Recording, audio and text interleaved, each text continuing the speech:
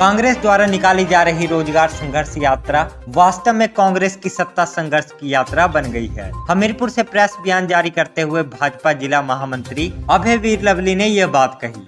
उन्होंने कहा कि आज सुबह ही हिमाचल प्रदेश कांग्रेस कमेटी के महासचिव आश्रय शर्मा ने इस युवा रोजगार संघर्ष यात्रा से किनारा कर लिया है। कांग्रेस के लोगों का आपस में किसी तरह का कोई समन्वय नहीं है। आश्रय शर्मा कह रहे हैं कि शिमला से लगातार मंडी में दखलंदाजी की जा रही है। यात्रा को लेकर उन्हें कोई जानकारी नहीं दी जा रही।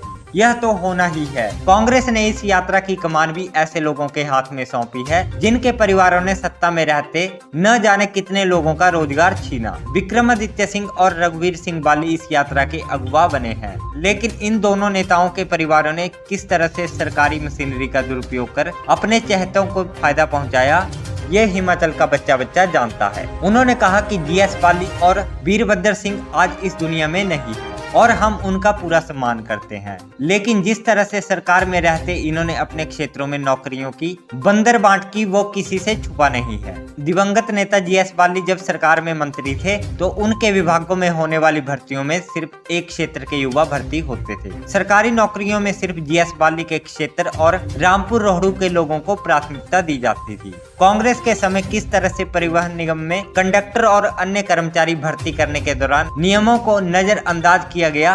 कांग्रेस के भ्रष्टाचार के कारण कई भर्तियां रद्द हुई तो कई भर्तियां कोर्ट पहुंची। कांग्रेस के नेताओं को शर्म आनी चाहिए। आज किस मुंह के साथ वो रोजगार संघर्ष यात्रा निकाल रहे हैं। लवली ने कहा कि कांग्रेस की सरकारों में नौकरियां बेची जाती थी, चिट्टों पर नौकरियां दी जाती थी। उस समय युवाओं के साथ धोखा करने वाले आज उनके लिए रोजगार संघर्ष यात्रा निकाल रहे हैं। यह महज एक छलावा है। उन्होंने कहा कि रोजगार यात्रा और नौकरी देने के नाम पर युवाओं को ठगना वीरभद्र सिंह परिवार और बाली परिवार का पुराना राजनीतिक तिगुफा है।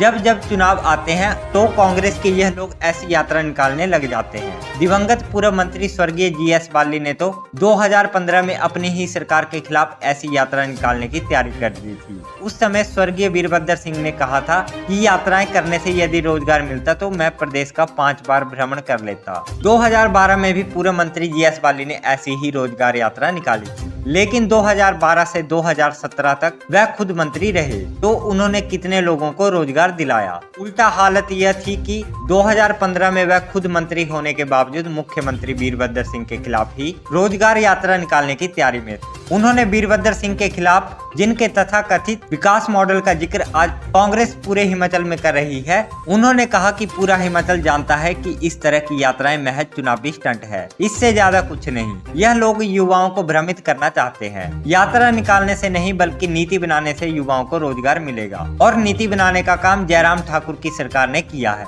जयराम सरकार में स्वावलंबन योजना का हजारों युवा लाभ उठा रहे हैं। प्रदेश के युवाओं को स्वरोजगार के लिए प्रेरित करने की दृष्टि से स्वावलंबन योजना को शुरू किया गया था। योजना के तहत कुल 721 करोड़ रुपए का निवेश हुआ।